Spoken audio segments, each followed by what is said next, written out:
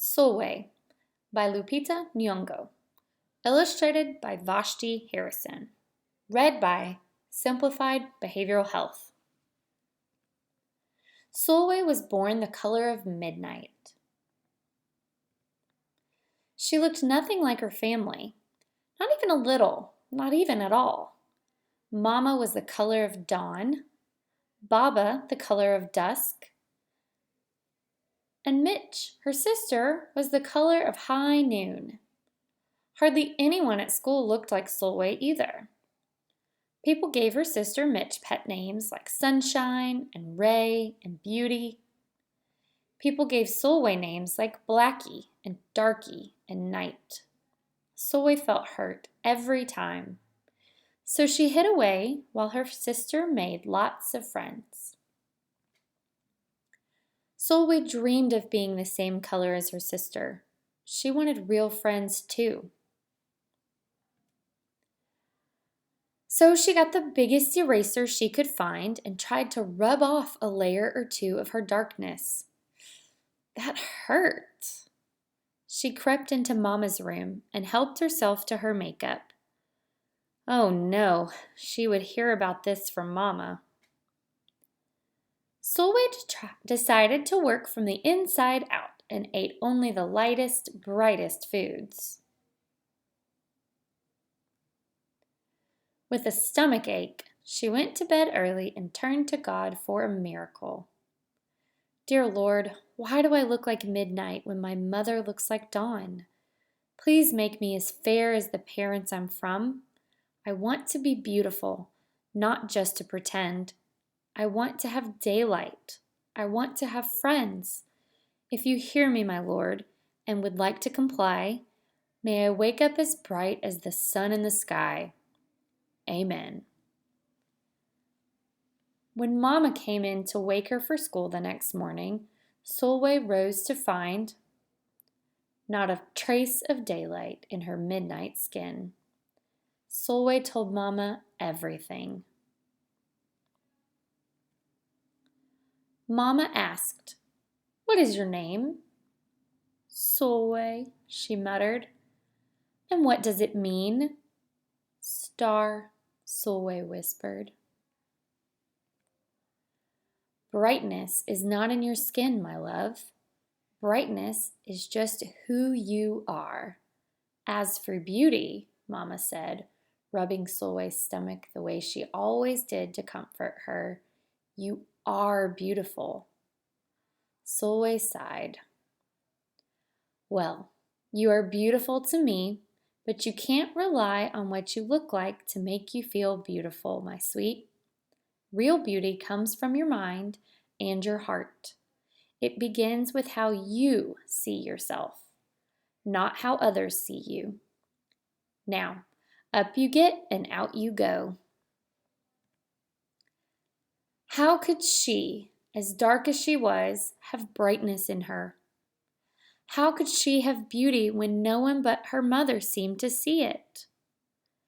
How could she be a star? That night, a shooting star appeared at Sulwe's window. "The night sent me," the star said. "Come with me." Sulwe hopped onto the star and off they went. Long ago, at the beginning of time, said the star, there was night and day, and they were sisters. They loved each other very much, but people didn't treat the sisters the same. People gave Day pet names like lovely and nice and pretty. People gave Night names like scary and bad and ugly. She felt hurt every time. Well, Night got fed up and walked right off the earth. Day stayed behind and enjoyed making everybody happy in the sun. But then Day grew too long. Day began to really miss her sister. So did everyone else. There had to be a way to get her back. Day set off to find Night. And she did. "I miss you," said Day. "I miss you too," said Night. "But you don't know what it's like to be treated badly for being dark." "You're right, I don't," Day replied. "But what I do know is that we need you just the way you are. Come and see." Night returned and the people rejoiced. We need the darkest night to get the deepest rest. We need you so that we can grow and dream and keep our secrets to ourselves. The stars chimed in. Brightness isn't just for daylight. Light comes in all colors, and some light can only be seen in the dark. While day had a golden glow, with night everything had a silver sheen, elegant and fine.